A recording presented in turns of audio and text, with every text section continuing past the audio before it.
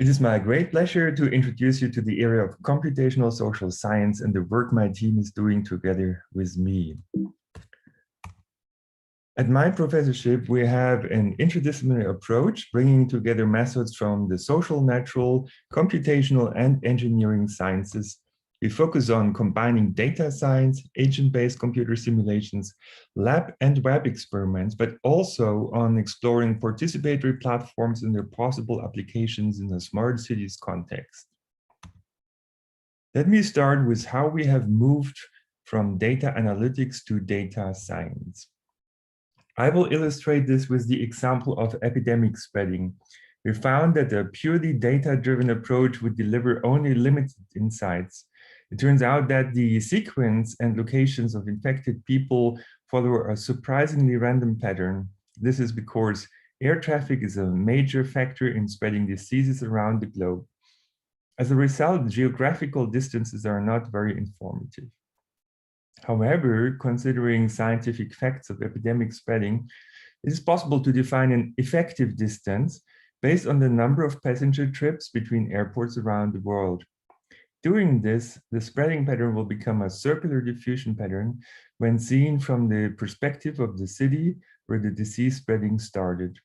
This allows one to predict the cities that the disease will probably hit next, but also to take proactive measures to be better prepared to fight the disease. However, we did not leave it there. In fact, we also offered a data-son, that means a special course for students in which they try to predict the further spread of COVID-19. The format was chosen similar to a hackathon, promoting both a friendly competition and a fruitful collaboration. Let's move on to agent-based simulation. Some of you may remember the simple particle-like simulations we made of pedestrians and traffic flows in the past. With the spread of machine learning methods, however, agent-based simulation approaches have become more sophisticated. We're now increasingly simulating smart agents with little virtual brains who learn to flexibly and socially respond to their respective environment. For example, we have simulated a setting of competitive agents who could give some weight not only to their own payoff, but also to that of their neighboring interaction partners. While they were assumed to be completely selfish initially, it turned out that mutation and selection effects caused the emergence of other regarding preferences after several dozen generations. As a consequence of the resulting fairness preferences, cooperation became a lot more likely, even among strangers. And in a recent study, we have shown how the application of the fairness principle can benefit the self-organization for survival in emergency situations where regular communication networks often fail. Forming an ad hoc network between phones allows people to exchange information and to coordinate community-based help. It turns out that dynamically redistributing roles of phones in a hub-and-spoke communication network will support individuals much longer, but also strengthen the entire community. The previous case study may serve as an example for the value-sensitive design approach that stands in the center of the PhD school that I coordinated at TU Delft for 5 years.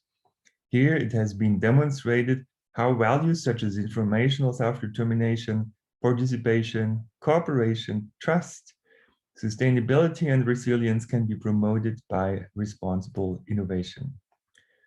It is my great pleasure now to hand over to Karina Hausladen, who is one of the postdocs in my team, working in the ERC Advanced Investigator Grant on co-evolving city life. She is an economist by training and is the key person for all our lab, web, and real-life experiments. Karina. Thanks for the introduction, Dirk. During one of our lab studies, participants played what we call the art exhibition game, which allows us to investigate peer review procedures. Competition is a double-edged sword. Yes, it allows to foster diversity and innovation, but it also leads to more unfair reviews. The results help us to explain how so many groundbreaking studies can end up in lower-tier journals, and thereby ending on a good note, we also learn how to design better incentive systems for scientists. As Dirk has mentioned before, we've been reaching out beyond the lab, conducting real-world experiments with platforms that we designed specifically with a value-sensitive approach in mind. Among them are, for example, the Empower Police platform and the Asset Product Finder, designed to foster more sustainable consumption.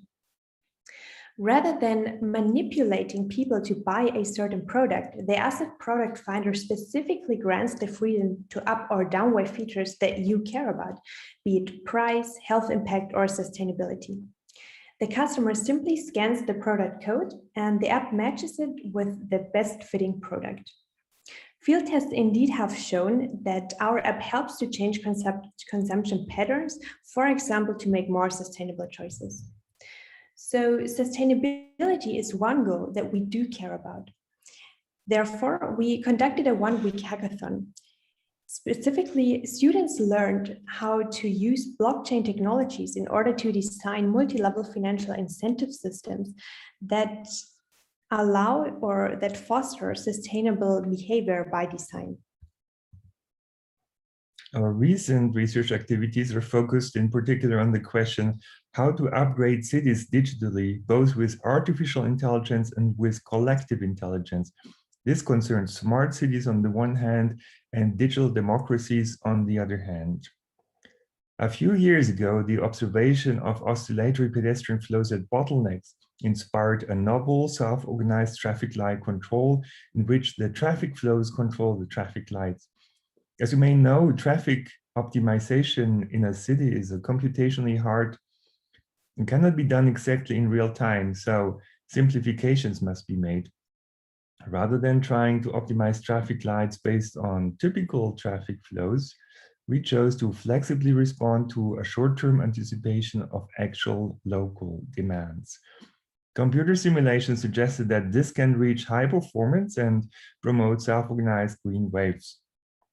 But how well does the approach really work in messy traffic scenarios typical for complex road networks of European cities? This has recently been tested in the city of Lucerne and independently evaluated by another ETH team. The conclusion was that there was more green time for all traffic participants. While this is almost an impossibility, it seems, this was reached by using green times better.